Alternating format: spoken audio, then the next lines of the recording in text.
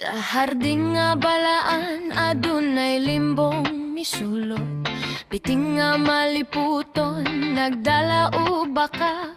Ang pulong sa Dios ilang gilimot, bunga nga gidili ilang gikaon dayon.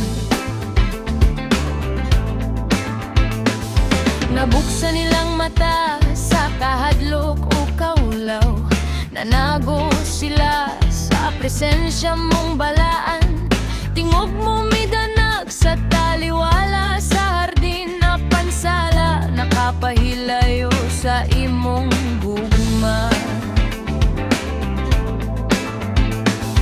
Tungod sa salami abot ang kasakit, yuta gitunglo ug luha, midagayday pandisan sa ilang pagpakasala.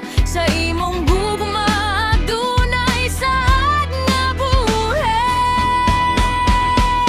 O Ginoo, ikaw gihapon ang dalangpan, bisan kami nahulog sa kangitngit. Imong grasya nagapabiling kanunay, kahayag mo dili mapalo.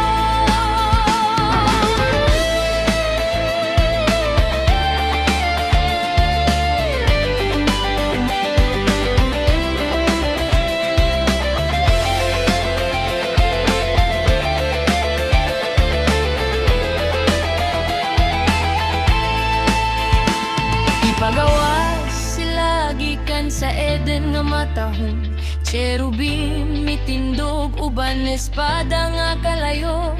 Apan saad mo nagpabilin sa katawan nga usa ka manluluwas mo abot sa panahon.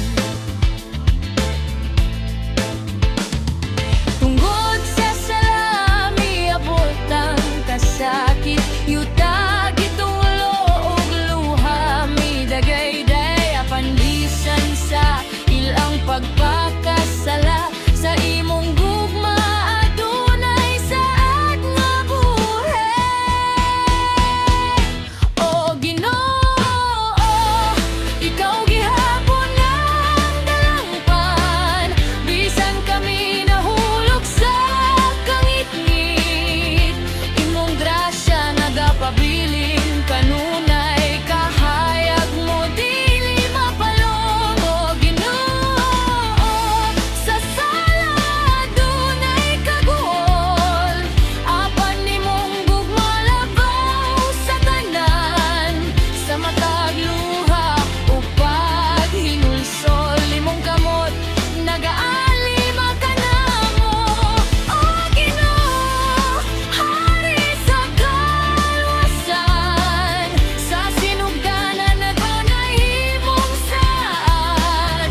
Buntagon mo ang gahom sa dautan, ug daton kami sa imong kahayag.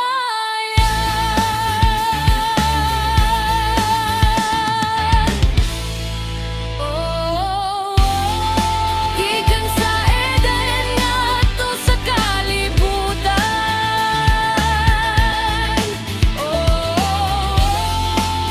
himong gugma wala mibiyak.